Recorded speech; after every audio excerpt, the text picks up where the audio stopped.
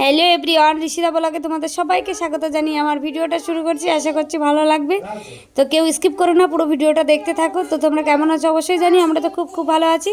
তো দেখতেই পাচ্ছ সকাল সকাল আমাদের কেন গাড়ি আসলো, আমরা গাড়িতে উঠে এখন কোথায় যাব সেটা ভিডিও কেউ স্কিপ করো না, দেখতে থাকো, তাহলে বুঝতে পারবে।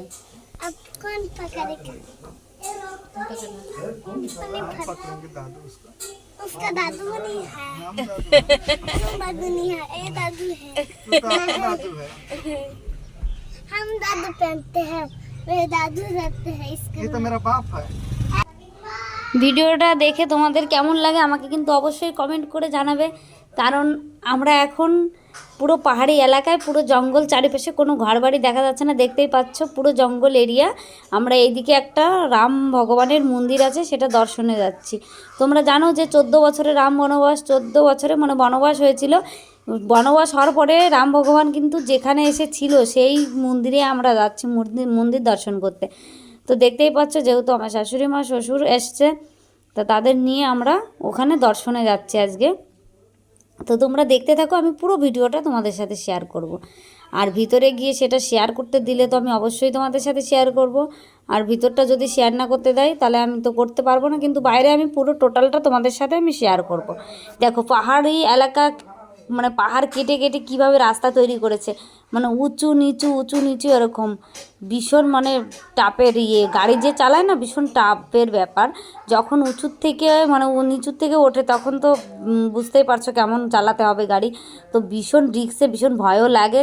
কারণ ভীষণ, তোমাদের কি বলবো, আমরা যে কতটা উচ্চতায়, মানে কতটা উপরে উঠে গেছি পাহাড়ের উপর, বুঝতেই তো পারছো কত নিচের থেকে উপরের দিকে উঠতে হয়। পাহাড় কেটে কেটে রাস্তা তৈরি, তার উপর দিয়ে উঠতে হয়। তো আমরা অলরেডি সেখানে পৌঁছে গেছি মন্দিরে। আমার মাম্মাম সবার ফার্স্টে হেঁটে চলে গেছে, কারণ ও আগেও এসছে, ওই জন্য ও আর ভয় ঠয় নেই ওর, ও চলে যাচ্ছে আগে আগে। তো এখানে রোজ সব সময় লোকজন আসতেই থাকে।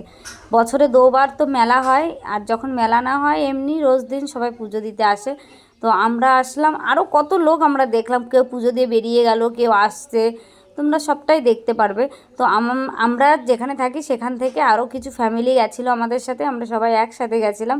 সবাই মিলে একসাথে গেলে কিন্তু একটু আনন্দ উপভোগ করা যায় বেশি, ওই জন্য আমরা ভেবেছিলাম চলো একসাথে সবাই যাই। তারপরে দেখো পুজোর সব কিছু নিয়ে আমি মন্দিরের সামনে দাঁড়িয়ে আছি। এখন মানে ওখানে জল আছে, হাত পা ধুয়ে তারপরে আমরা মন্দিরে প্রবেশ করব। আর এই দেখো বাইরে দেখতে পাচ্ছ, এই ধূপকাঠি কিন্তু ভিতরে জ্বালাতে দেয় না, ওই জন্য সবাই বাইরে এসেই ঠাকুরের এখানে জ্বালিয়ে দিতে হয় ধূপকাঠিগুলো। ভিতরে কিন্তু একটা গোফা কেটে তার ভেতর মন্দির তৈরি করা। আমি ভিতরে ঢুকেছি পুজো করতে, বলেছে কেউ ভিডিও করবে না, বলেনি, আদেশ দেয়নি ভিডিও করার, ওর জন্য করতে পারেনি। কিন্তু দেখো মন্দিরের চারিপাশের প্রভাবটা তোমাদের সাথে শেয়ার করলাম। ভিডিওটা যদি ভালো লাগে অবশ্যই লাইক কমেন্ট শেয়ার দিয়ে আমার পাশে থেকে টাটা বাই বাই।